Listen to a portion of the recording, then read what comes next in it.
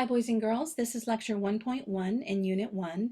The unit is entitled Preparation for Calculus and the topic of this lecture is real numbers. You can see that there are 9 lectures comprising Unit 1, covering a broad range of topics from pre-algebra all the way through trigonometry. The idea here is not that you are learning all of this mathematics for the very first time. The expectation would be that at this point you are already very competent in the math you learned in prior courses. However, we are taking the time to review, remember, refresh our minds regarding many of the skills learned in prior years of mathematics.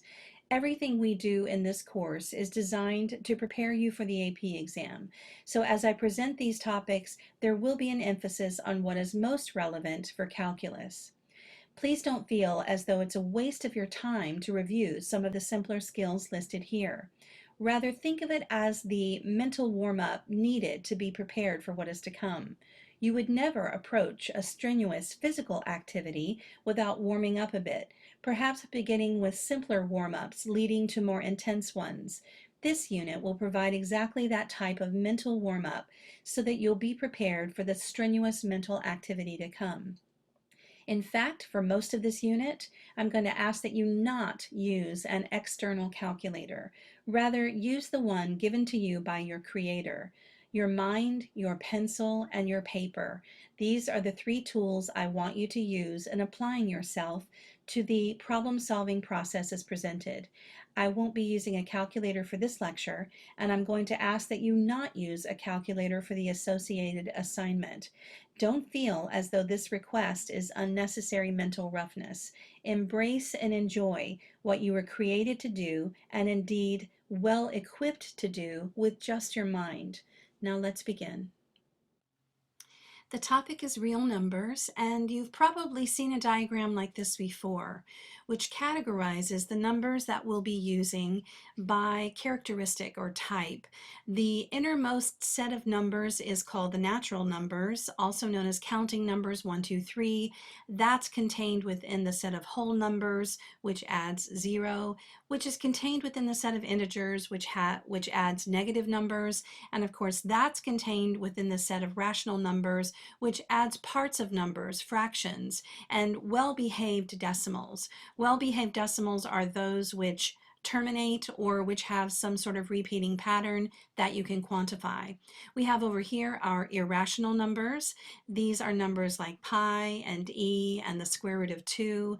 These are essentially decimals that are not well behaved. They don't terminate and they don't have a repeating pattern that you can quantify and identify. So all of these are within the set of real numbers. Of course, we know that there are larger sets of numbers. Real numbers is contained within larger sets, but since the topic today is real numbers, we'll start with those. Now, what do we do with these numbers? We do what is called operations. Anytime you see the word operations in mathematics, it's generally referring to addition, subtraction, multiplication, and division. Notice that I have this handy little symbol here to remind us that not in a scary or intimidating way, but that we are not going to use our calculator here. We're going to apply our mental calculator to the task at hand. And so with operations, we'll be dealing with integers, fractions.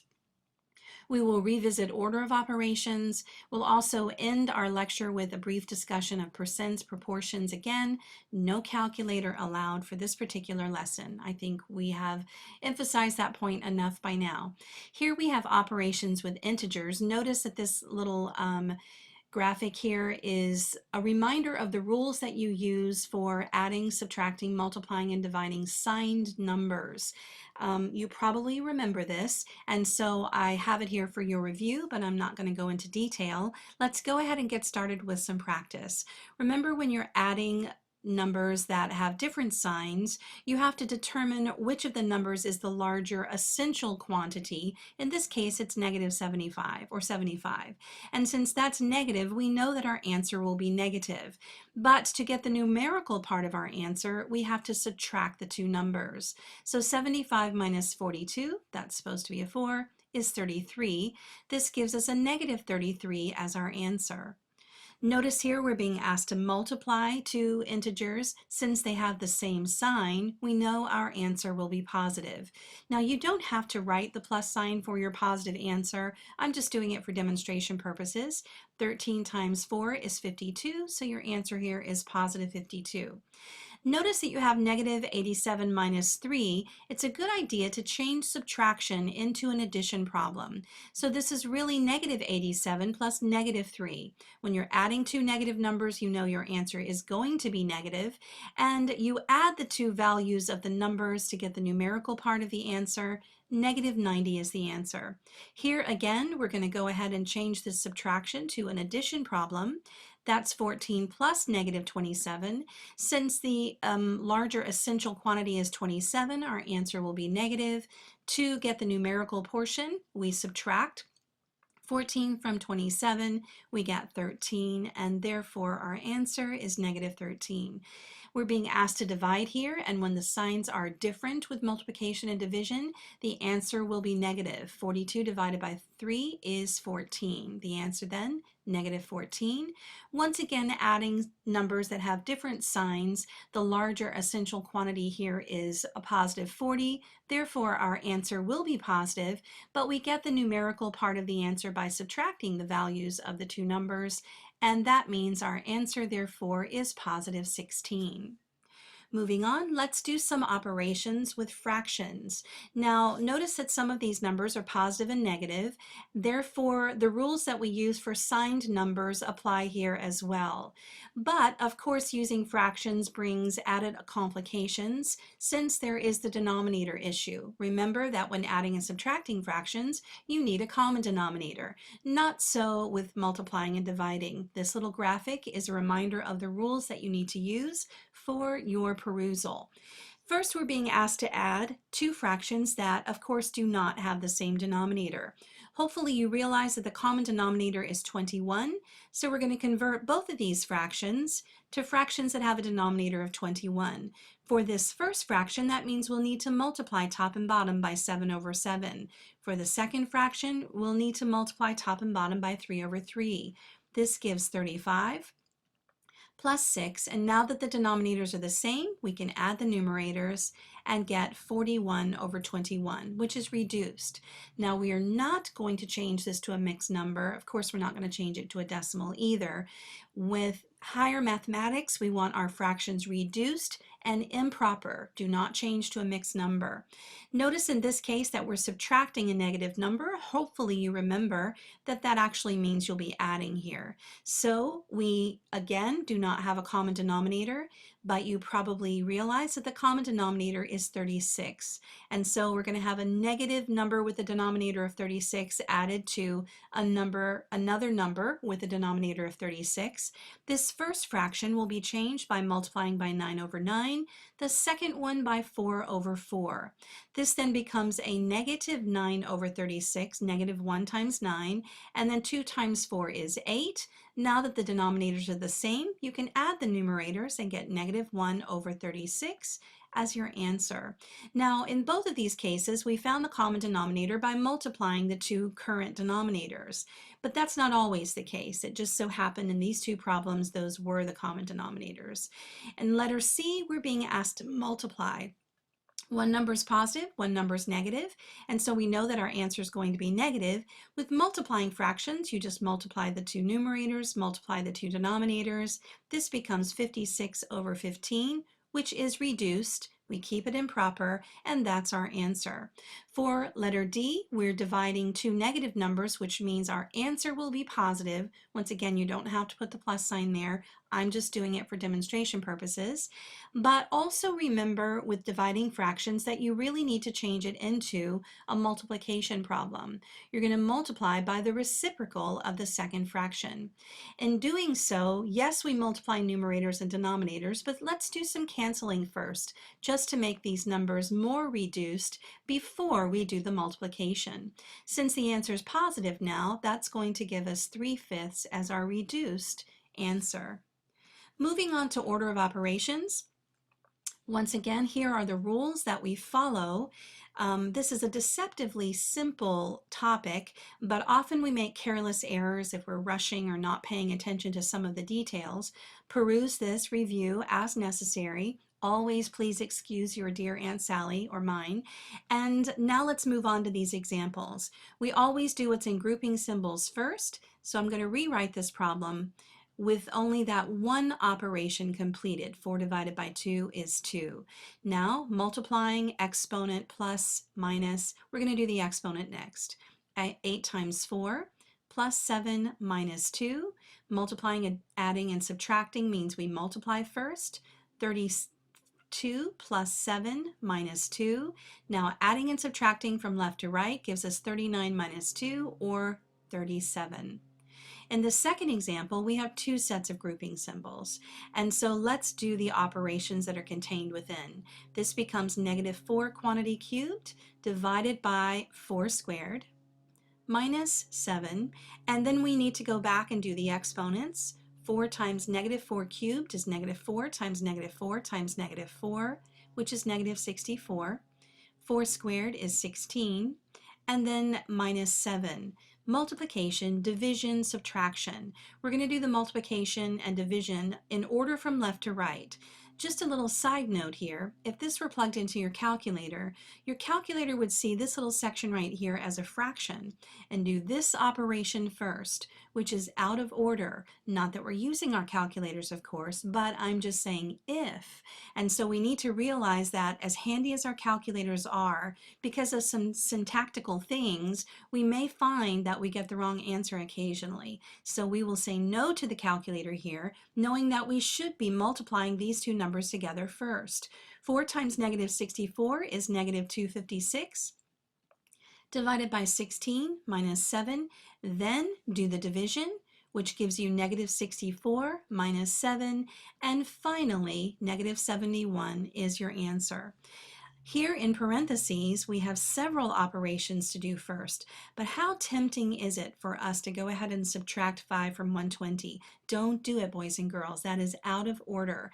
So we leave 120 minus 5 and start working on the operations inside here. The exponent first. 12 squared is 144. Then minus 2 times 9. We still do have some work inside these grouping symbols first. Still cannot subtract 120 minus 5. Seems like we should be able to do that, but don't. Don't add, don't subtract, go straight to the multiplication. 8 plus 144 minus 18, and then divided by 67. So tempting to be out of order, isn't it? Again, you still cannot subtract here. 8 plus 144, now we add and subtract from left to right. So this is going to be 152 minus 18, which is 134, divided by 67. Now can I subtract? No. We must multiply first and then divide from left to right. So 120 minus, this becomes 670 divided by 67. Now subtract. Boys and girls, you know better than that. We must divide first. 120 minus 10, which gives us our final answer, 110. So tricky. Since we're having such a great time, I thought we'd do a couple more of these. Look at this problem here. I never want us to get away from dealing with fractions, and so I've sprinkled a few. We do have some grouping symbols, so of course we know what to do first. Let's do any operations within the grouping symbols that we can. We have 1/4 then divided by 7/2 minus 5 over 1 gives us a common denominator of 2. So this is actually 7/2 minus 10 over 2, which results in -3/2 quantity squared, divided by -3 plus 1 is -2 quantity squared minus 2/5. Out of our options here, we should go back and take care of the exponents. 1/4 divided by -3/2 quantity squared is a positive 9 over 4. Remember, negative times negative is always positive. Entering this into your calculator is a common syntactical error. Not that we're using our calculator, of course, but just in case we wondered. Of course, -2 quantity squared is positive 4 minus 2/5. We need to divide, then multiply as we go from left to right with multiplication and division. But of course, dividing requires that we multiply by the reciprocal of this fraction. And so we write down the rest of the problem. In preparation, we can cancel the 4s. This becomes 1/9 times 4 minus 2/5. Again, multiplication comes before subtraction. And now with our final operation, we have subtracting two fractions with unlike denominators. Since 45 is the common denominator, this fraction will need to be multiplied by 5/5. This one will need to be multiplied by 9/9. This gives us 20/45 minus 18/45, which results in, which results in a 2/41 as our final answer. Now let's look at this last problem. Just a quick note, when you have a fraction bar in an order of operations problem, it serves as a grouping symbol, not division. The idea is use order of operations to simplify the numerator, use order of operations to simplify the denominator, then of course reduce the final fraction. Once again, boys and girls, we're confronted with the option of adding here, which we will not do, because as tempting as it is, our minds have already turned this into a 7. It is out of order. Let's go to the grouping symbols and handle those. 5 plus 2, inside here, subtraction, multiplication, exponent. Exponent comes first. 2 times 9. Now, since we're doing each of these separately, we can go ahead and be simplifying the denominator at the same time. We should do the exponent first. 3 plus 16 divided by 8, and then minus 2. Within the grouping symbol in the numerator, again, we can't add 5 plus 7. We can't subtract 8 minus 2. We have to do the multiplication first. 5 plus 2 then times 8 minus 18. In the denominator, division comes before adding, so 3 plus 2 minus 2. Let's finish off these grouping symbols. It's going to be 5 plus 2 times -10. Over 5 minus 2. Notice we never actually got to add 5 plus 2 together because of course now we have to multiply. This becomes 5 plus -20 over 3, which results in -15 over 3, giving us a final answer of -5. That's pretty fun stuff right there, you have to admit. Now, let's look at our last couple of topics, starting with proportions. A proportion is when two fractions or ratios are equal to each other. It turns out that the products of the diagonals are equal. That means these two guys multiplied together equals these two guys multiplied together. Thus, in order to solve a proportion, we cross multiply. Surely one of our favorite things to do. And it sets up this nice little equation, which is easy to solve. Let's do a couple of examples. Suppose it takes 48 chicken fingers to feed 20 hungry calculus students. How many chicken fingers would be needed to feed 30 hungry calculus students? Well, a simple proportion would be something like this. 20 calculus students need 48 chicken fingers. Therefore, 30 calculus students would need how many chicken fingers? We could set the proportion up this way, or we could set it up as 20 over 30 is equal to 48 over x. Either configuration would give you the correct equation. Let's cross multiply here. We get 20x is equal to 1440. And when you divide by 20, it turns out that 30 hungry calculus students need 72 chicken fingers. Letter B says it takes Mr. Archimedes about 8.5 hours to grade the tests of all 25 of his students. About how many minutes would it take him to grade the test of 3 students? One thing we need to notice here is that we're given a time in hours, and then we're asked to find an answer in minutes. So the first thing we might want to do is convert this 8.5 hours to minutes. Since an hour has 60 minutes, 8.5 hours turns out is equal to 510 minutes. Now with this information, we can set up the proportion. For 25 students, it takes 510 minutes to grade their tests. Therefore, for 3 students, we're wondering how long will it take to grade the tests. Setting up this proportion and cross multiplying results in this equation. 25x is equal to 1530. And when we divide both sides by 25, we get 61.2 minutes. But remember, it says round to the nearest minute. So it will take approximately 61 minutes to grade the test of 3 of Mr. Archimedes' students. Our last topic is percents, and notice it says all problems involving percentages can be reduced to the following ratio. The percent over 100 is equal to the part of the total whole reference in question over the total whole reference amount. Notice this is a proportion, which makes it easy to solve percent problems. Since there are only 3 quantities we really care about, there are only 3 different types of questions we can be asked. What is the percent? If they ask what the percent is, we're going to need to know the part and the total. What is the part? If they ask us for the part, we'll need to know the percent and the total. Or what is the total number? If they're asking us for that, we would need to know the percent and the part. To answer any question involving percentages, we only need to identify those 3 pieces of information from a word problem, 2 of which will be known and 1 of which will be unknown. With the skills of cross-multiplying and solving a one-step equation, we can always determine the missing amount. Thank goodness. Here's a couple of applications.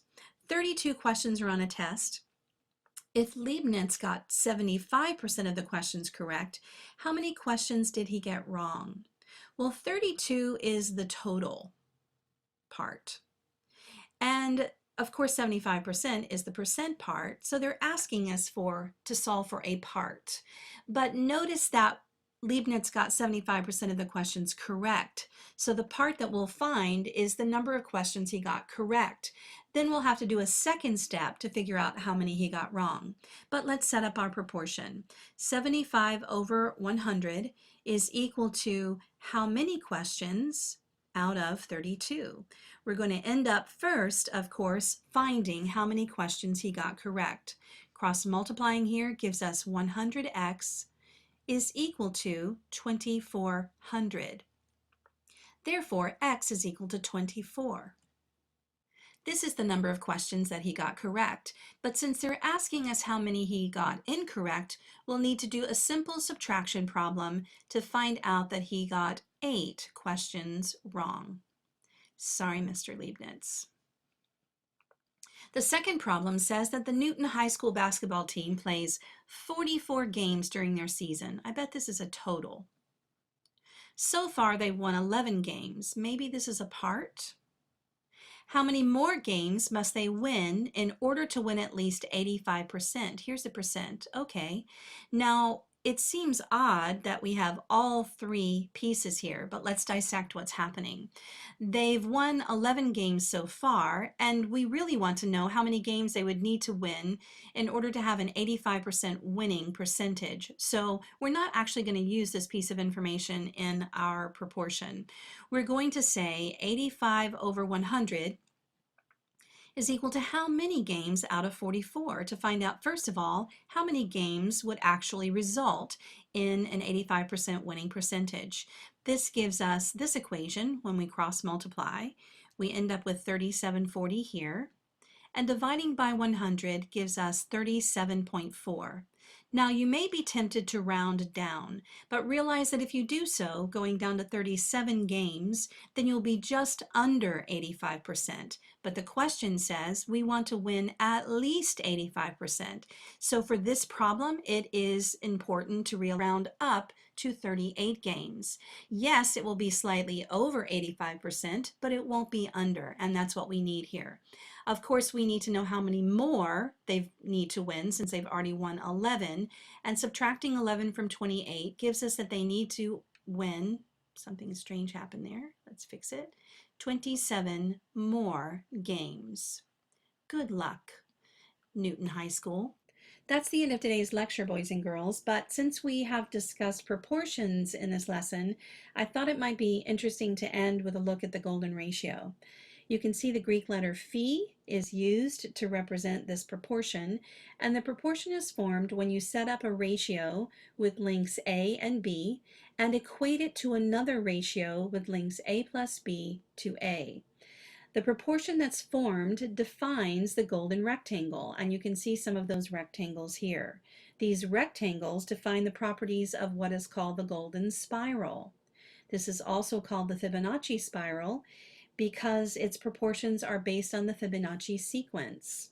This logarithmic spiral can be seen everywhere in God's creation, and here are just a few examples of where we see this numerical spiral.